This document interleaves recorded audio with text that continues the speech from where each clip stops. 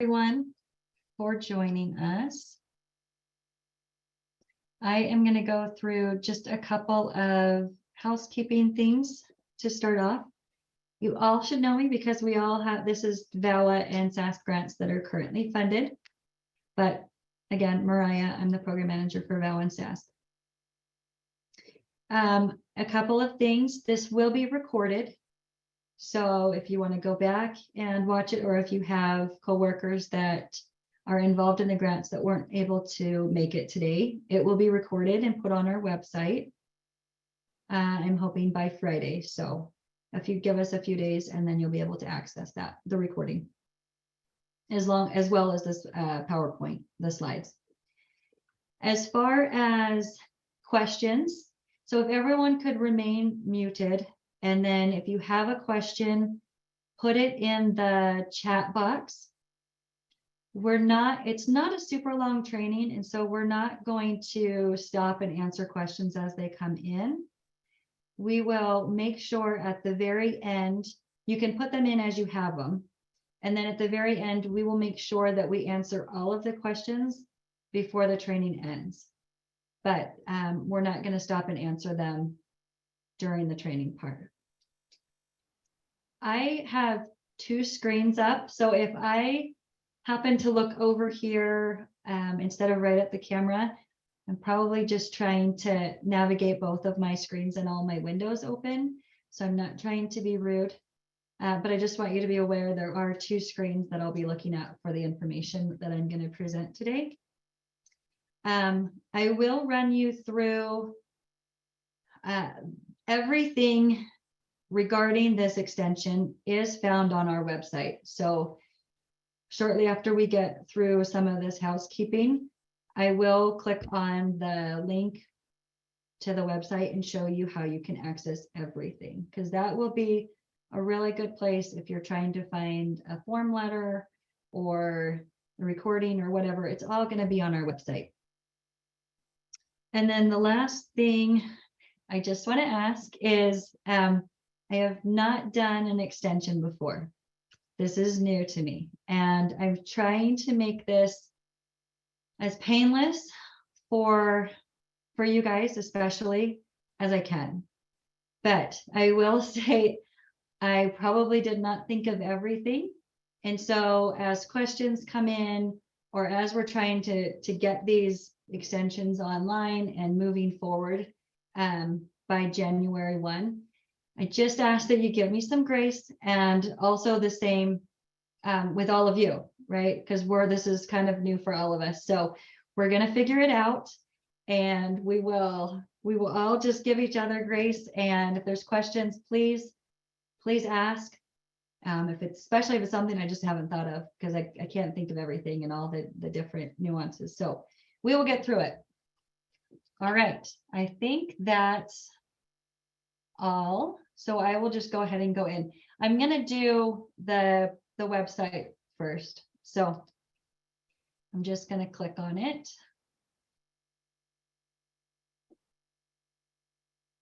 It might be a little bit delayed, so I hope it's up now. This goes right to the grants. Maddie is wonderful about making sure everything is on here. If you click on the VAWA SASP program extension period instruction packet, it will go through all of it. So the instruction packets are here, the timeline is here, all of it.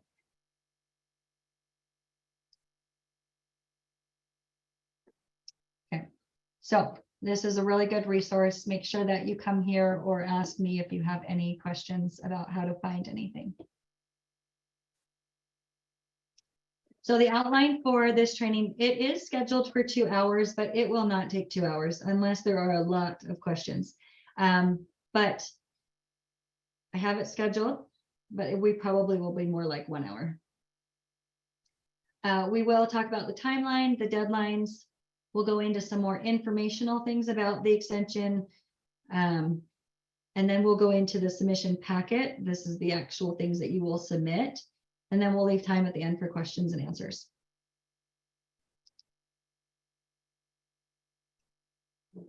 Okay, so I've already done the first two things. So the release of the instruction packets, and this is for VAWA and SASP.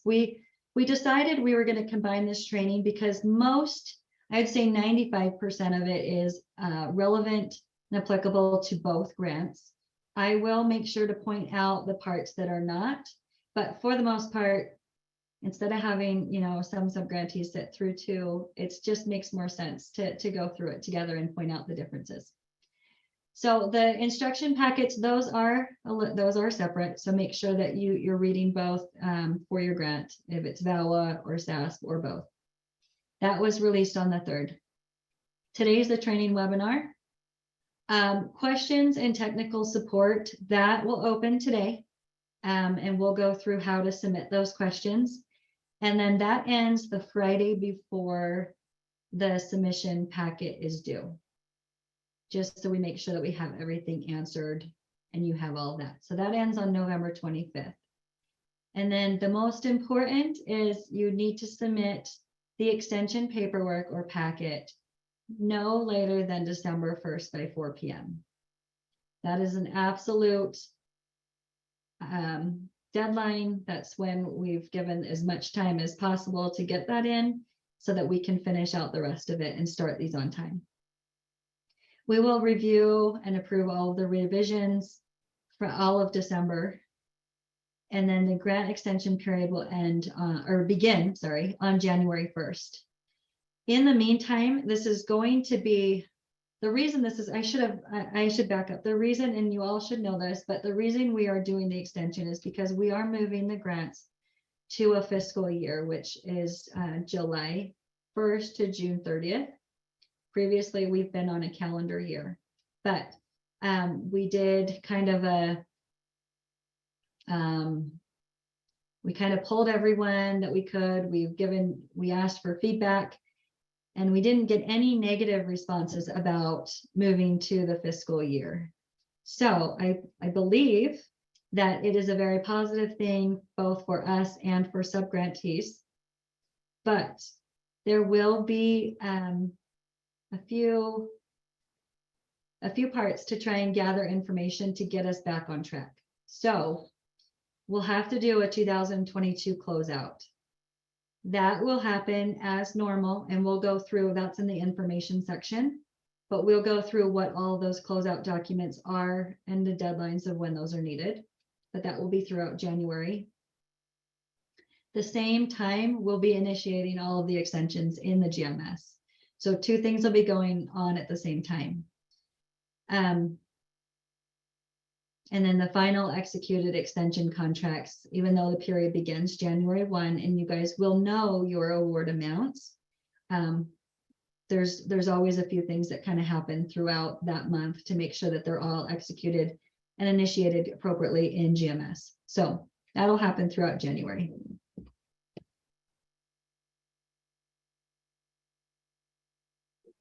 Okay, more information. Anyone who was awarded, any subgrantee that was awarded a VAWA or SASP grant in 2022, you're automatically eligible for the 6-month grant extension.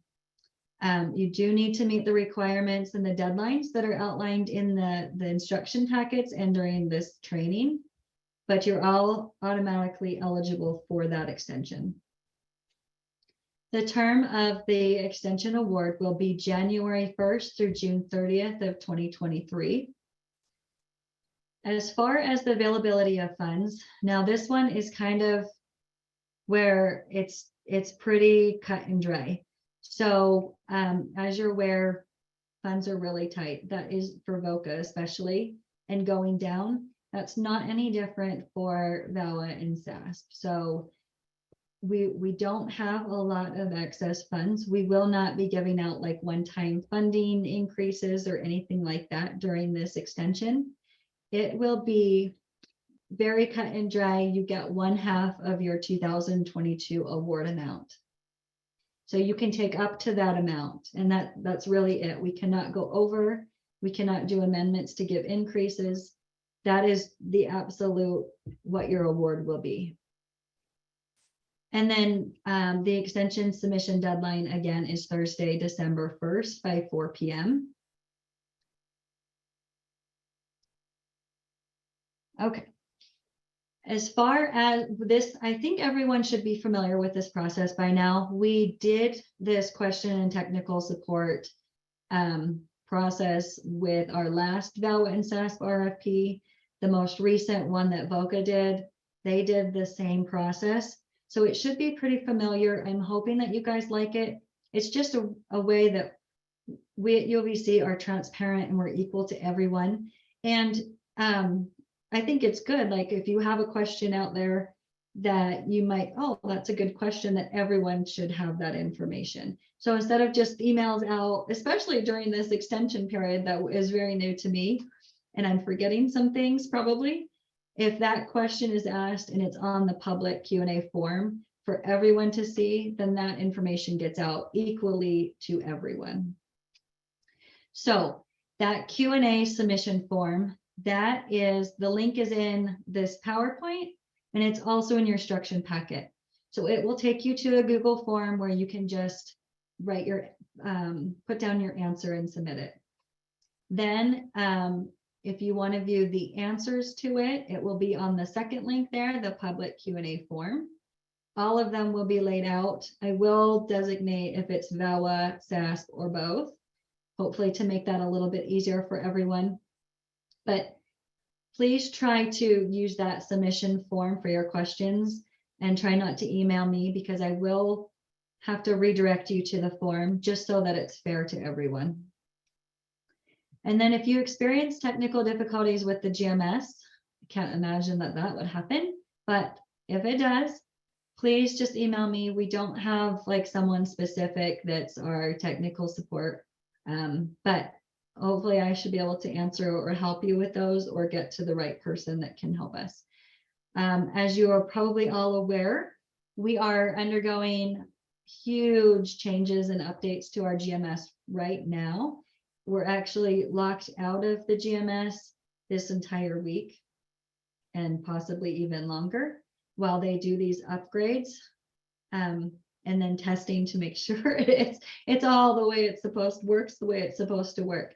So I didn't have this timeline or know that we are going to be locked out this week when I did the instruction packet, or when I created this. So we'll have to kind of tweak some things there. You won't be able to get started today in the GMS, but I'll make sure that those updates are provided to you with the GMS.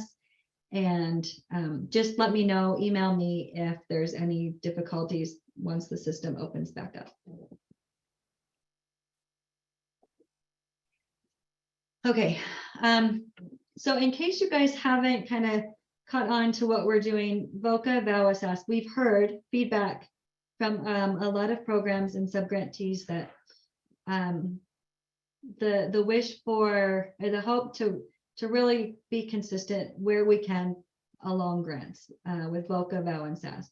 Obviously, we know there are differences within each of those programs, but us as an office at UOVC, where we can be consistent, it does us a lot of good to be consistent, especially for those subgrantees that have each of those grants and they're not being told several different things.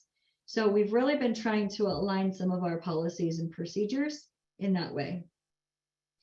And because of the tight funding, as we're trying to get funding strategies and plans in place for our 2023 awards and RFPs, that funding just needs to stay right where we've kind of planned it for this extension, which is the 1/2 of your award amount. So amendments are going to kind of be pretty locked down. So generally, you obviously will not approve any amendments, and you'll notice this is very similar to VOCA, that move between categories. However, we will consider amendments that move between personnel and fringe, because those are linked pretty closely, and then travel and training, because again, those are linked pretty closely.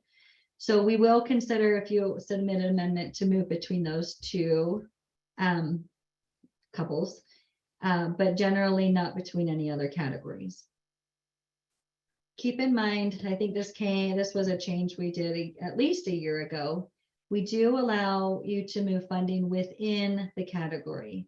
So if you have supplies and you have several items listed in supplies, and you have an amount listed for each of those items, you can move the funding within that category. So if your monitor costs more than your cell phone, you can move that money within the category. Okay, as long as the total awarded amount for that category does not get exceeded. Just some common things to avoid, just as you know, some housekeeping here. Don't assume that your amendment will be approved before you submit the request. And then amendment requests after unauthorized funds have been spent. So this 1 and 2 kind of go along with each other. Don't, you know, go attend the training and then come back and ask in an amendment to attend the training or to get paid to attend that training. So just make sure that once you decide, like if you have money in your training or travel budget to go to a to be determined, once you know what training you're going to attend, submit that amendment to get that information in place, make sure it's approved, and then move forward with, you know, paying for the travel that's needed for it. Another one is providing little or no justification for the requested change. So I'm going to go a little bit further on that one, just with some examples that I have seen recently in some amendments. I need to move this so I can spend my award amount would not be an appropriate justification. You guys need all of the money, every cent that we have. I know that, and I want to be able to say yes to all of it. Just provide the justification.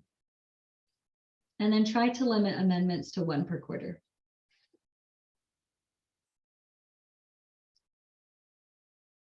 Okay, we're going to switch gears just a tiny little bit and talk about the closeout process for 2022 grants. This is where it is going to be a little heavy on the administrative burden, both on you guys and on me. So we're all going to feel it for this first, you know, closeout and starting an extension, and then also doing an RFP all within, you know, 12 months. So we're all going to feel it. But so for the VAWA, this is for VAWA and SASP, your final reimbursement request needs to be submitted by January 15th. You need to check for any paybacks from audits that will also need to be paid out.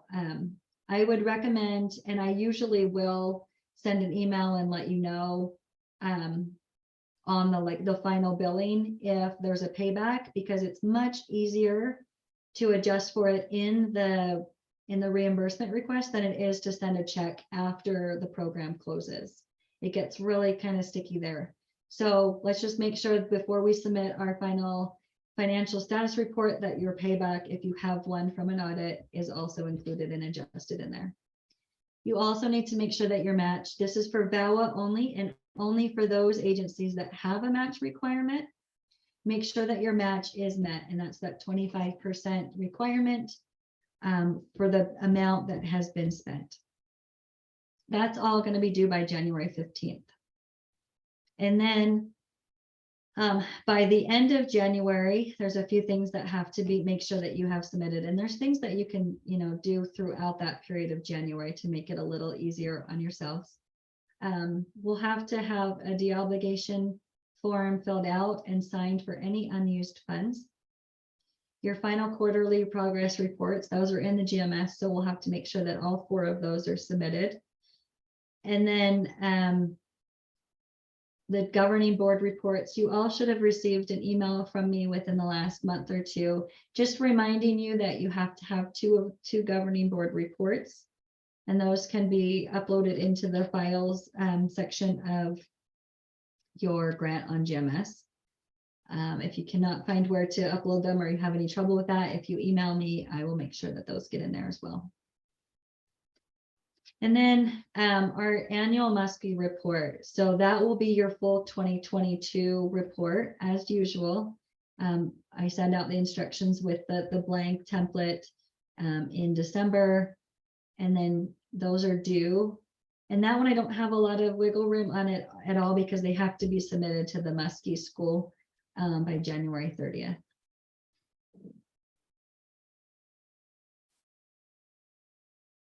Okay, we're going to go into the submission packet for the extension. We'll first talk about the budget and the budget justification form. So again, VOCA did this. If you have a VOCA grant, this should be familiar.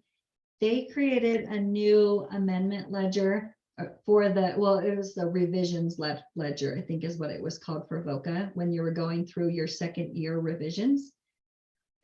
Because the amendment ledger that we have been using it's not so great. It was a Word document. It doesn't have any totals or anything like that. So Vicki, wonderful Vicki, she has created a ledger for the extension. So in the instruction packet, it says that it will be put into your files section of your GMS by Friday. However, we are locked out of the GMS. So I am going to email them to you the moment I am able to get into the GMS. I'll be able to get in before subgrantees will, because we will be doing our own internal testing. So I will get in earlier than you guys can, but as soon as I possibly can get access to the system, I will get those ledgers downloaded and I will have them emailed to you. I'm hoping that would be, I don't know that I can do it by Friday. I think it would probably be Monday. I think we might, if everything goes well with the updates, I think UOVC gets our access back on Friday. So early next week, I will get those to you. And then we will just have to keep an eye on the dates on the timeline to make sure everything still gets met. But I apologize for that. Did not coincide well with the GMS updates, but couple of other things that are similar to, another thing that's similar to VOCA, we are moving all personnel from an hourly to a total grant position fund. So it will be, the line items will be based on the position, and it will be the total amount of grant fund for that position.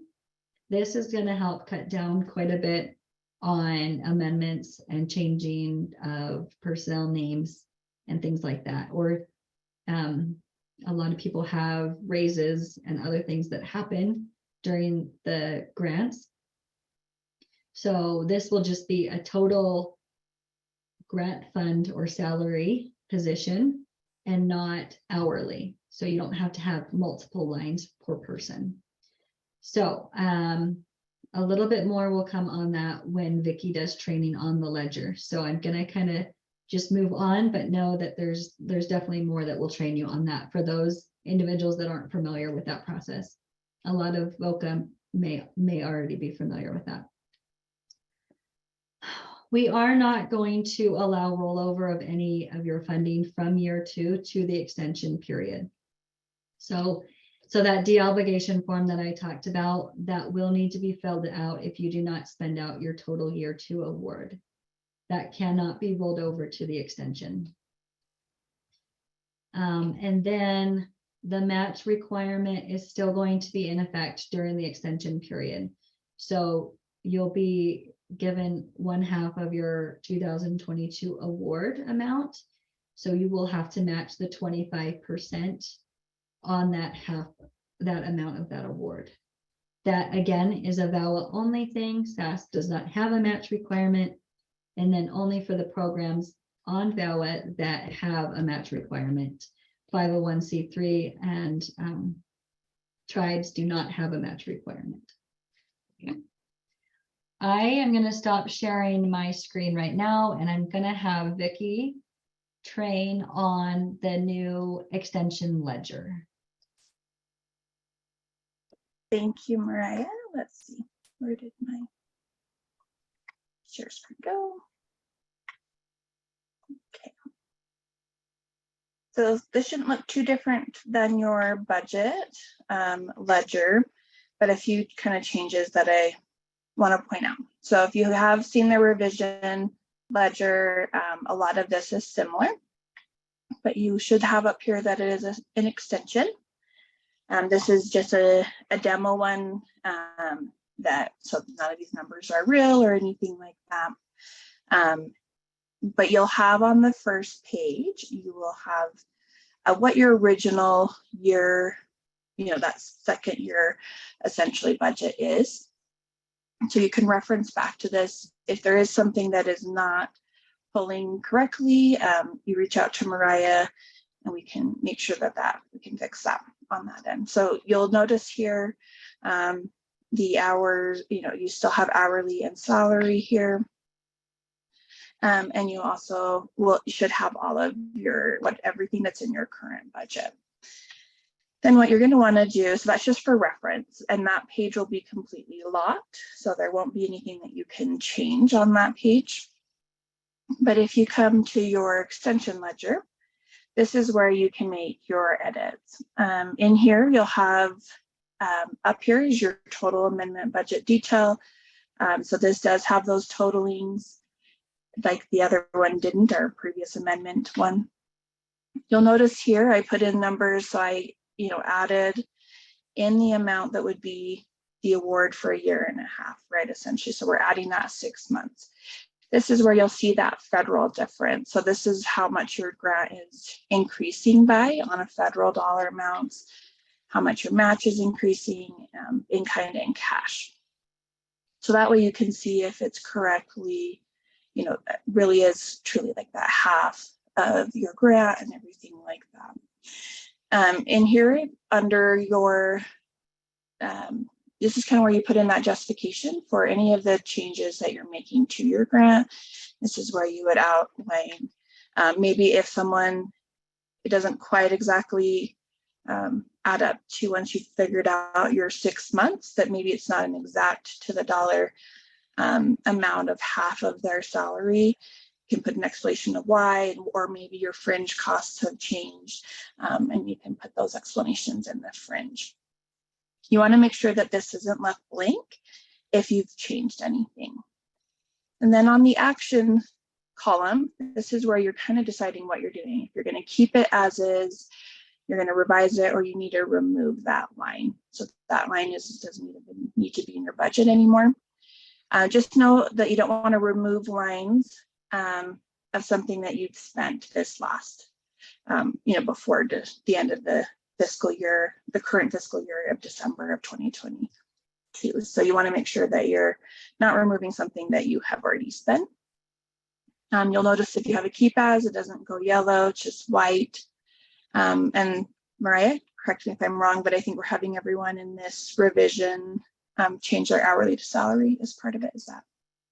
Yes, that is correct. Everyone will change from hourly to salary, which is not like it's not that you have to pay them salary, it's a total fund position. Yeah, so you don't have to that your agency's paying salary. It's just that's you're giving that percentage. So as you see here, our previous total hourly salary was $31,200, and that will carry over to the original. And what I want to amend is now I'm adding more, but I need to know how much the agency pays and then the percentage of grant. So in here we have that they're paying half of the salary, right, essentially for the grant. If you need to change your source, you can still change that there as well. When you make any changes here, it should highlight yellow. Some of them may have the settings changed to red, but it should change your color if you've changed anything in the boxes. If you need to put a new employee name, so Jane Doe has left and now it's someone else, you can also type in the name there.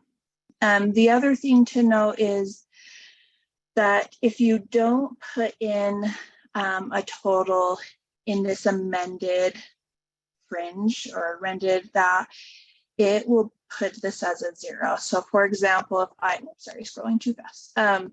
If I were to take out this 7,500 right there, it would now remove it from this and it would make it look like a negative 5,000. So if you're going to keep a line the same, I'll show you down below. Like our travel, we didn't need to have another another training added. We're going to select keep as is on the action, but we're still going to put in what the new total is. If it's a keep as is, then it's the same total. If you don't put a total in this amended column, amended total on each budget section, as I put out their terms, then it won't pull up here correctly in your totaling. So just make sure to put existing and then what you're adding in that total. And then it kind of just goes through all of these sections, so for example, these ones we revised because those are monthly or quarterly expenses that would continue for 6 months. So I made those a year and 6 months more cost. And then if you do have indirect costs and you need to, maybe your percentage has changed, you can change the rate in here. But if not, then it will auto correct at the current rate. But if you do need to change that, then you can add a line there and you would mark revise. So this is shouldn't be too hard of a ledger for you guys because you're used to the budget ledger.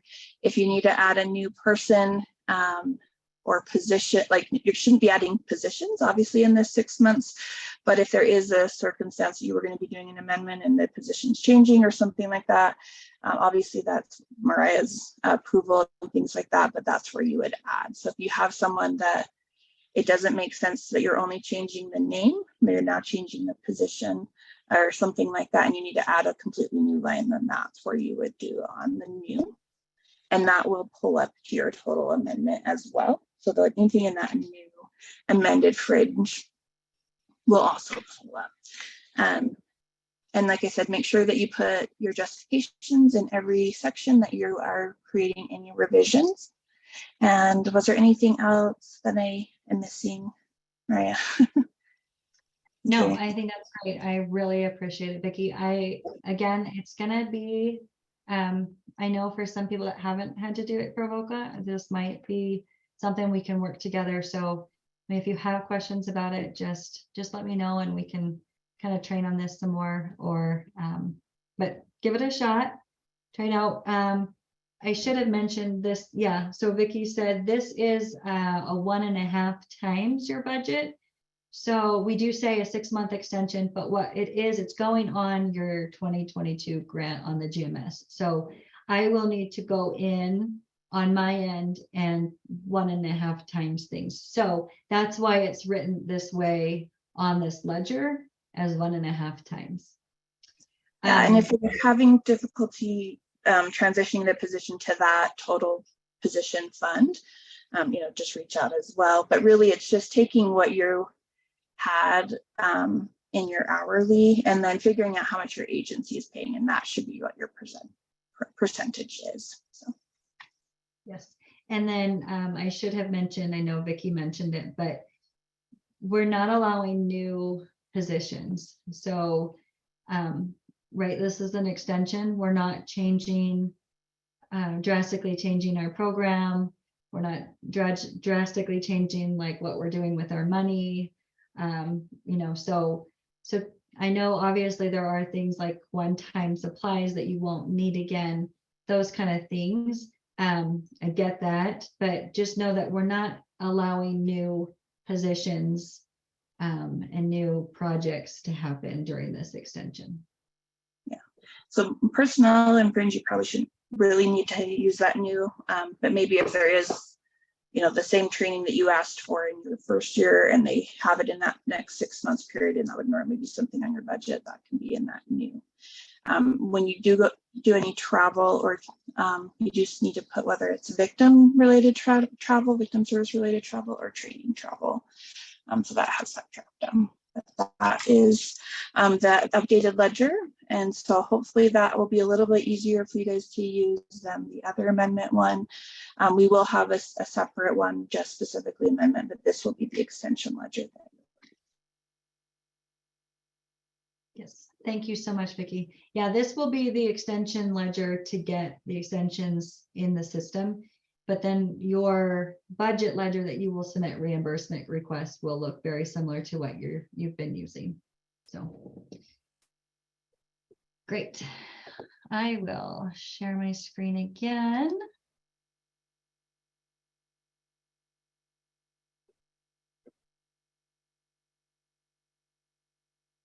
Okay, you should see my Google Slides again. So that was the budget section. The next section of the submission packet will be the program plan and collaborative project. The collaborative project specifically for VAWA. SASP does not have a project. I really tried to figure out the easiest way for you guys. So I hope that you guys will like this. It creates quite a bit. I had to do the work no matter what. So I figured might as well make your part as easy as possible. So I hope that's what I did.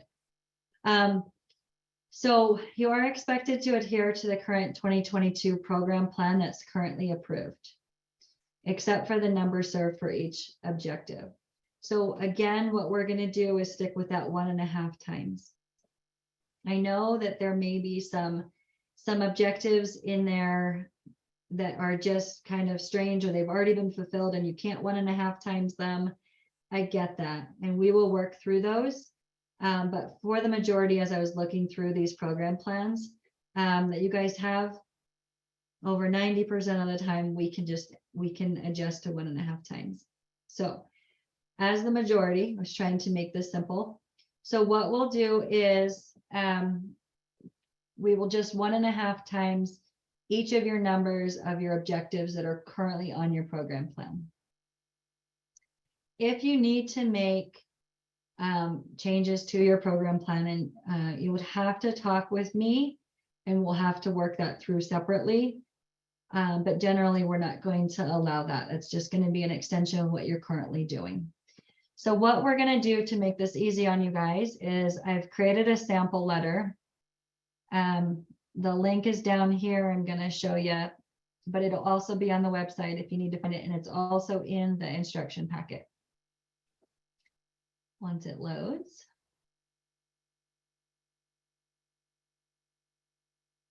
Okay. On your letterhead, you will have a letter that looks like this. You can copy and paste this. That would be great. And just fill in your information for your agency. But basically what it's saying is your agency receiving funds through either the VAWA or the SASP grant requests that UOVC will increase the numbers for each objective 1.5 times in response to the extension period.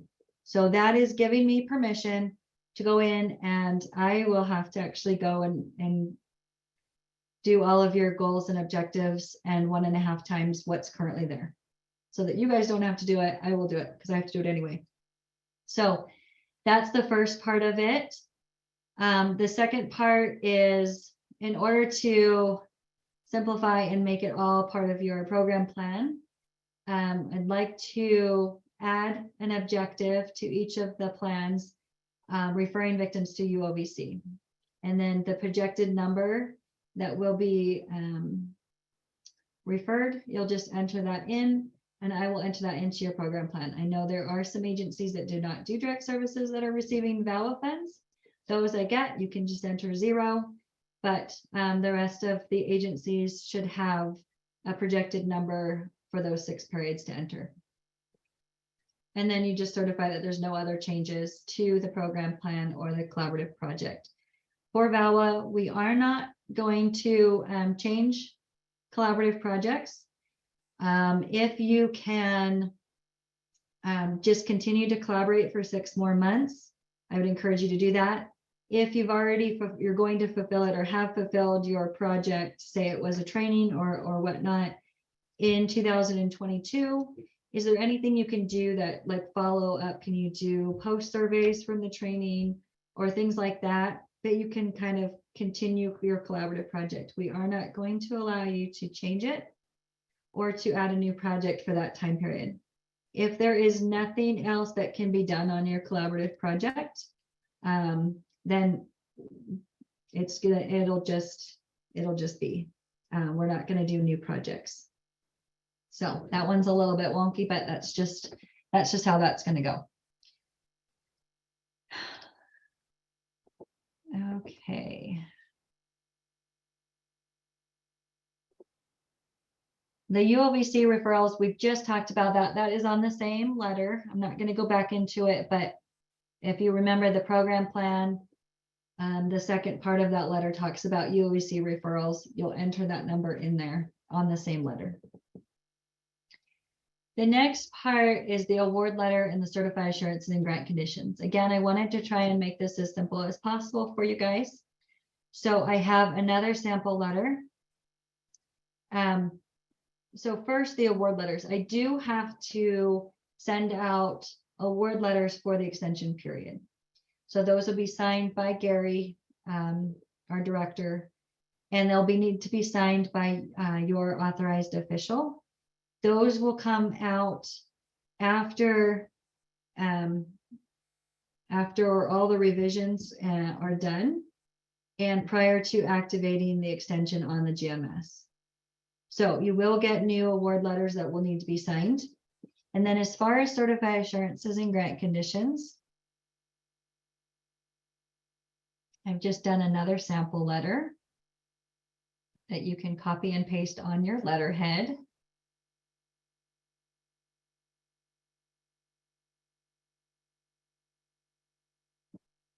It says that you have reviewed the previously signed certified assurances and grant conditions from the program year 2021 and 22, and that you understand you're under these same regulations and they stay in effect during the extension period.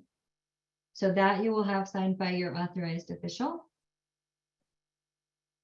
And that will meet instead of having to go through and sign those, 40 some pages of certified assurances again.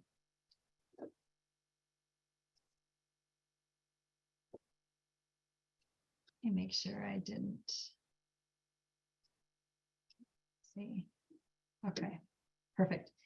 And then I just want to go through during the extension period, there is reporting and closeout. So I want to go through that with you quickly. You will have two financial status reports. So for Q1 and Q2, just as you do now. If you bill monthly, you'll submit them monthly. If you bill quarterly, you just have to have them in by those deadlines. So the deadlines are listed there under each of those. Again, same with the normal closeout, make sure paybacks are settled, make sure your match is met, and that you've submitted a deobligation letter for any unused funds. Okay, so that will be happening in July. Back to progress reports, you will report, do the quarterly progress reports in GMS as you normally do for the first quarter and for the second quarter. And the deadlines are there. You will have one governing board report during that first 6 months instead of 2. So that we will attach to your file section of the GMS. And then there really was no easy way to do this. So you will have to complete a Muskie report for those 6 months so that we can gather that data. And we would hold on to it until they're submitted for the next year. So information will come out in June with the Muskie report forms, and then you will have to submit the 6 months reporting before July 30th. So having to do 2 Muskie reports in a matter of like 6 months, I know is frustrating, but we need to do it in order to get on that fiscal cycle. Okay, so that is all that I can think of in regards to the extension. If we have time for questions and answers. See, I was pretty good. I think within an hour we're out. So we have plenty of time for questions, things that I haven't thought of, or anything that you guys think is unclear. If we need to go back and train on any portion of it, we're happy to. So I will bring up the chat And okay, so Catherine, yes, the recording, she had to leave, but the recording will be on the website. And then is the Muskie report for both VAWA and SASP recipients? Yes. So VAWA and SASP both have a Muskie report. They are different, and those will be sent to your point of contacts to have filled out. But yes, both VAWA and SASP do have Muskie reports.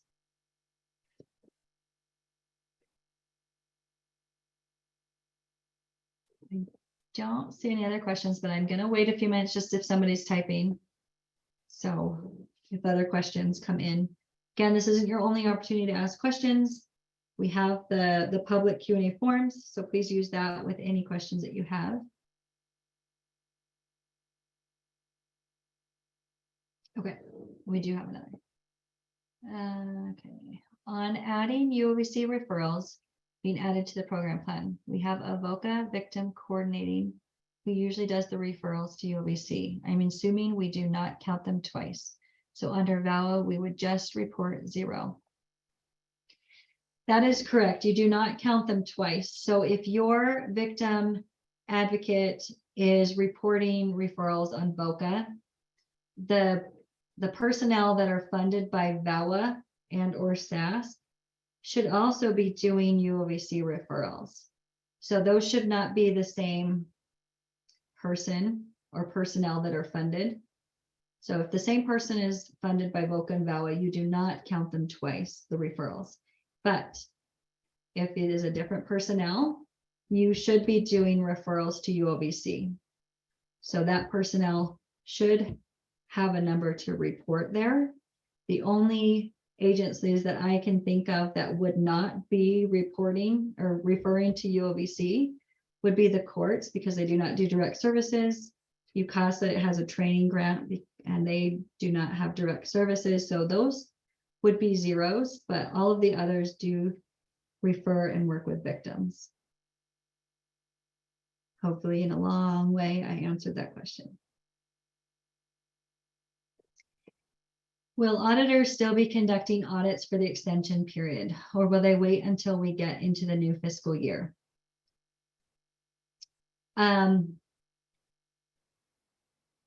I believe that the auditors are still conducting audits, desk reviews, and site visits. I know Wendy will contact you to set those up if you're up for an audit. But those could go on during the extension period.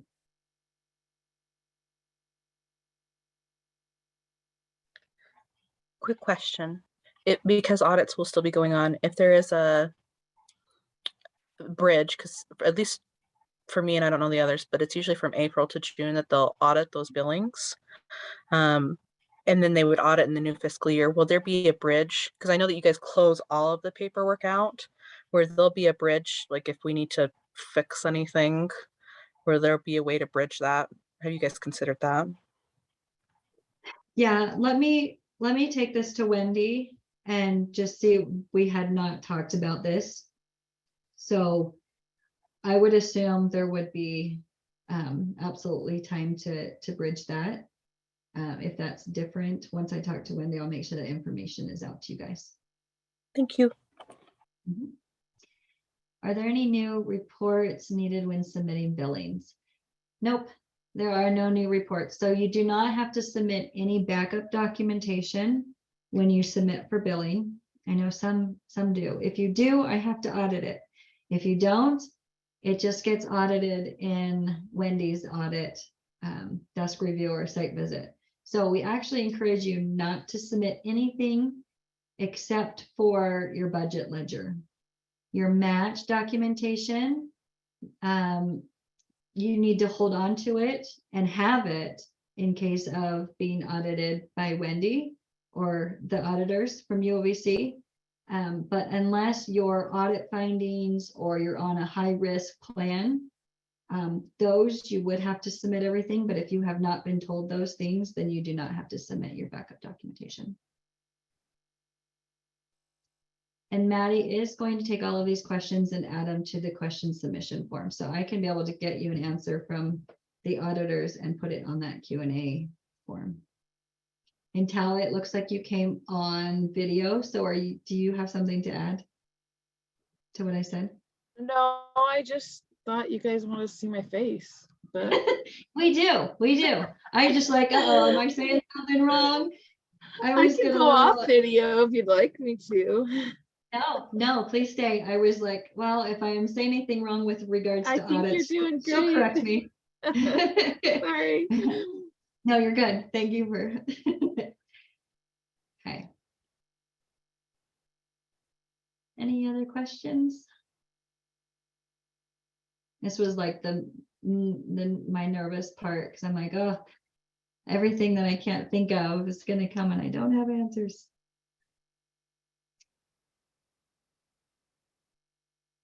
Okay. So I'm going to wrap up.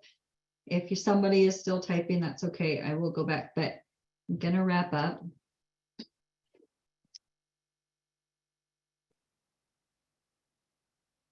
You should all have my contact information. I sure hope so.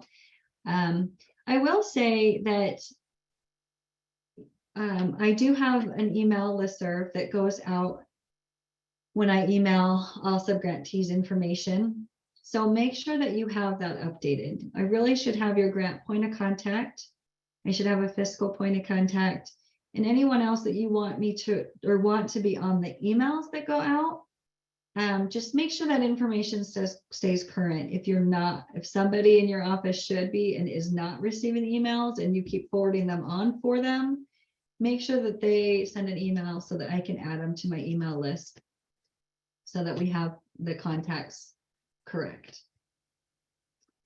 And I don't see any other questions. So I'm going to go ahead and end. And I really appreciate everyone taking the time to sit through this, and we will definitely all get through it.